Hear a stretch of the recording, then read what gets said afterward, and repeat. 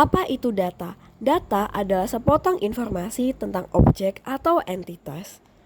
Nah, apa sih perbedaan data dan informasi? Informasi adalah sekumpulan data yang telah diolah dan dapat diterima oleh semua orang. Setiap kita memiliki data pribadi. Nah, apa itu data pribadi? Data pribadi merupakan informasi yang bersangkutan dengan seseorang, dan informasi tersebut dapat diidentifikasi. Terdapat beberapa contoh dari data pribadi. Pertama, nama, alamat pos, email, nomor telepon, nomor rekening, nomor paspor, nomor jaminan sosial, dan lain sebagainya. Mengapa data pribadi dianggap penting? Karena ketika data seseorang tidak dijaga dengan baik, memiliki potensi yang besar untuk dicuri dan digunakan secara tidak bijak oleh orang lain. Dengan kita menjaga data pribadi kita, hal tersebut dapat meminimalisir terjadinya kerugian yang bisa saja terjadi di kemudian hari. Nah, selanjutnya, mengapa organisasi data penting? Organisasi data adalah kegiatan mengkelompokkan data agar lebih tepat guna. Cara kerja dari organisasi data dapat dicontohkan dengan folder file. Ketika data-data yang ada diorganisasi dengan baik, akan memudahkan kita di kemudian hari ketika kita membutuhkan data tersebut. Dan organisasi data dapat meminimalisir kehilangan data pelanggan yang dapat menyebabkan tuntutan hukum dan menjadi kerugian keuangan yang besar bagi organisasi maupun perusahaan. Ancaman terhadap data terbagi menjadi 3 jenis, yaitu ancaman yang berasal dari kejadian alami, ancaman yang berasal dari diri sendiri, dan ancaman yang berasal dari orang lain. Ancaman alami terjadi disebabkan karena bencana alam seperti gempa, kebakaran, petir, banjir, tornado, dan badai. Gempa bisa meruntuhkan bangunan yang memiliki data penting yang tak tergantikan, seperti kartu memori berisi foto orang-orang tersayang yang sudah tiada. Cara untuk menghindari ancaman dari bencana alam ini adalah dengan menyimpan cadangan data di lokasi terpencil yang jauh dan aman. Membuat jadwal pencadangan juga penting untuk dilakukan. Cara ini akan memastikan data kita aman saat ada bencana alam. Berikutnya, ancaman data dari diri sendiri. Ancaman data dari diri sendiri adalah yang terbesar dan paling sering terjadi. Kelalaian pemilik data akan menyebabkan hilangnya data. Jika kita tidak tahu tentang keamanan data, kita sendiri sama saja dengan menyerahkan data kepada orang-orang yang memiliki niat jahat. Lalu, ada ancaman dari orang lain. Predator data selalu mencari target berikutnya untuk mereka serang. Mereka selalu menemukan cara-cara terbaru dan inovatif untuk menipu korbannya. Para pelaku kejahatan cyber biasanya menempatkan link phishing, software Trojan yang tampak baik-baik saja namun mengeksploitasi komputer dan membuat penyerang bisa mengawasi komputer kita. Atau bisa juga infeksi virus melalui email. Pengguna diwajibkan untuk mengetahui tiap teknik-teknik terbarunya agar bisa mengambil tindakan pencegahan yang sesuai. Selanjutnya kita masuk ke keamanan data. Nah, apa sih keamanan data itu? Keamanan dalam teknologi adalah proses melindungi informasi dan infrastruktur yang menyimpannya dari akses atau penyalahgunaan yang tidak sah. Tujuannya untuk melindungi komputer, telepon pintar, jaringan komputer, dan informasi yang tersimpan di suatu infrastruktur tersebut. Keamanan data ini adalah hal yang penting untuk diketahui dan dilakukan oleh pengguna untuk melindungi data-data penting. Lalu, mengapa kita membutuhkan keamanan data? Keamanan secara fisik adalah yang tertinggi untuk diamankan pengguna. Semakin hari, teknologi semakin banyak digunakan. Aplikasi jaringan meningkat dan keterampilan meluncurkan serangan menurun. Semua faktor ini membutuhkan langkah-langkah keamanan yang lebih baik.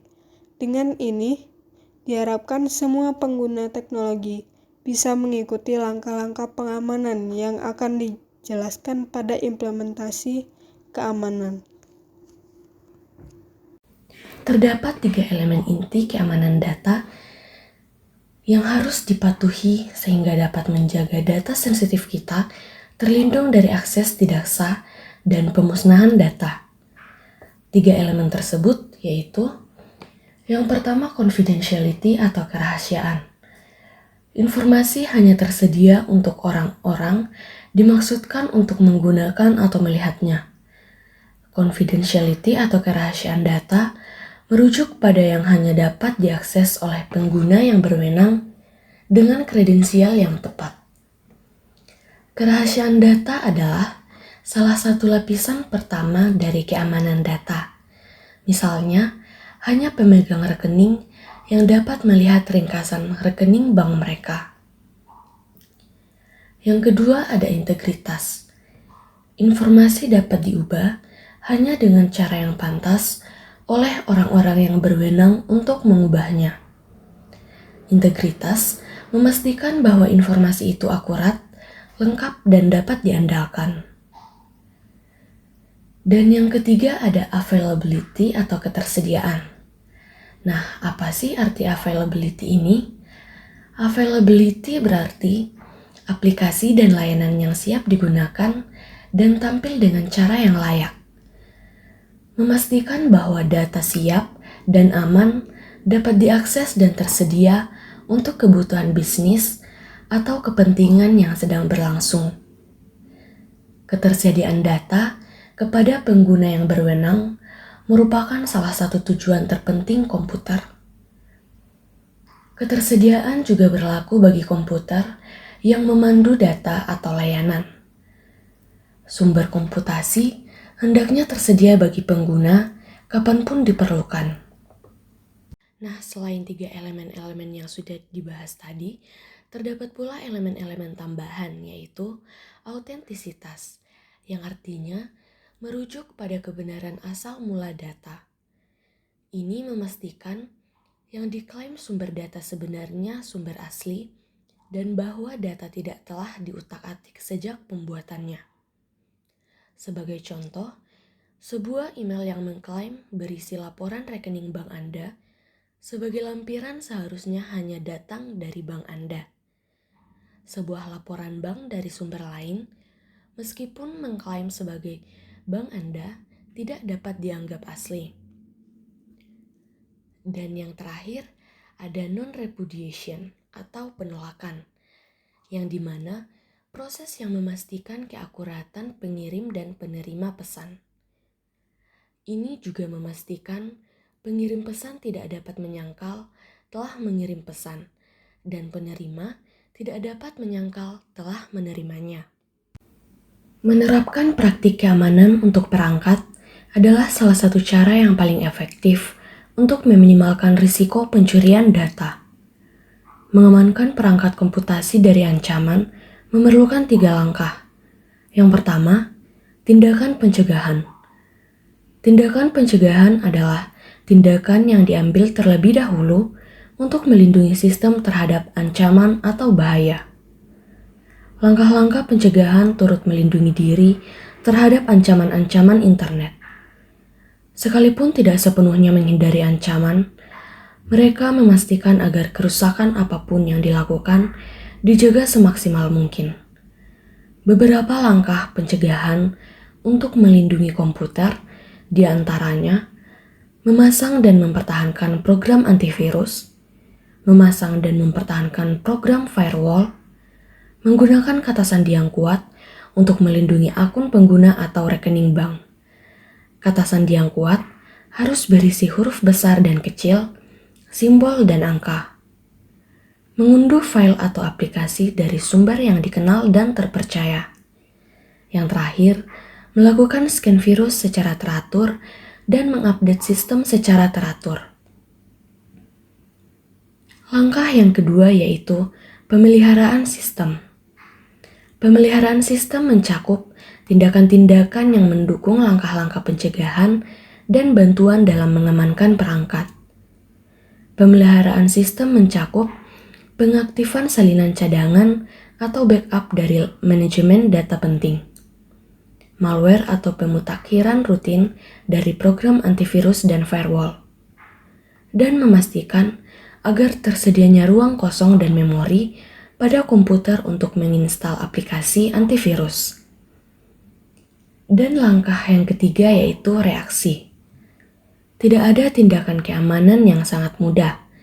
Risiko insiden keamanan tidak akan pernah bisa dikurangi menjadi nol. Hal ini hanya dapat dikurangi sedikit demi sedikit. Dengan meminimalkan risiko keamanan, sebagian besar upaya yang menerobos data dapat dihindari. Bereaksi terhadap insiden keamanan mencakup mengantisipasinya dan merencanakan langkah-langkah yang dapat membantu memulihkan layanan.